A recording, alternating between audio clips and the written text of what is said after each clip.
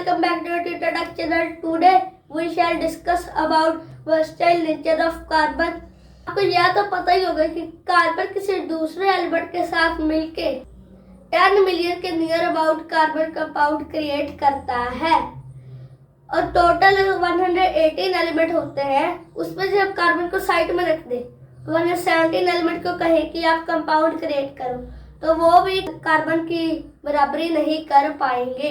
कहने का मतलब कार्बन जितने कंपाउंड नहीं बना पाएंगे। ऑल लिविंग थिंग, चाहे वो प्लांट हो चाहे वो एनिमल हो, सभी में कार्बन कंपाउंड पाए जाते हैं। कार्बन इतने कंपाउंड बनाता है, ये कहते हैं वर्सटाइल नेचर ऑफ कार्बन।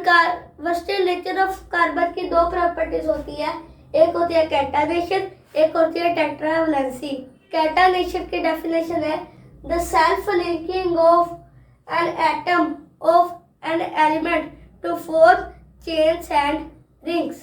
इसका मतलब है कि ये कार्बन अपने ही एटम के साथ मिलकर कई तरह की चेन बना लेता है। ये स्ट्रेट चेन भी बना लेता है, ब्रांच चेन भी, और ये रिंग्स भी बना लेता है। स्ट्रेट चेन कैसे?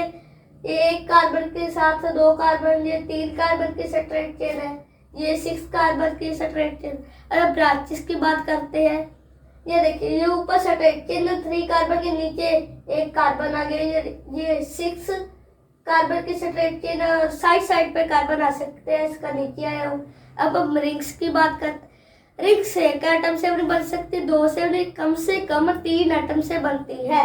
ये देखिए 3 का एटम के कार्बन की रिंग चेन है, ये 4 और ये 5 की। अब हम जानते हैं कि ये कैटेनेशन है, कार्बन में ही प्रॉपर्टी है? नहीं, ये सिलिकॉन में प्रॉपर्टी है, पर इसके ऊपर क्यों लेक्चर पे नहीं बनाया गया? क्योंकि सिलिकॉन कार्बन के मुकाबले में उसका साइज बड़ा है, इसलिए उसकी स्ट्रॉन्ग चेन नहीं बनती।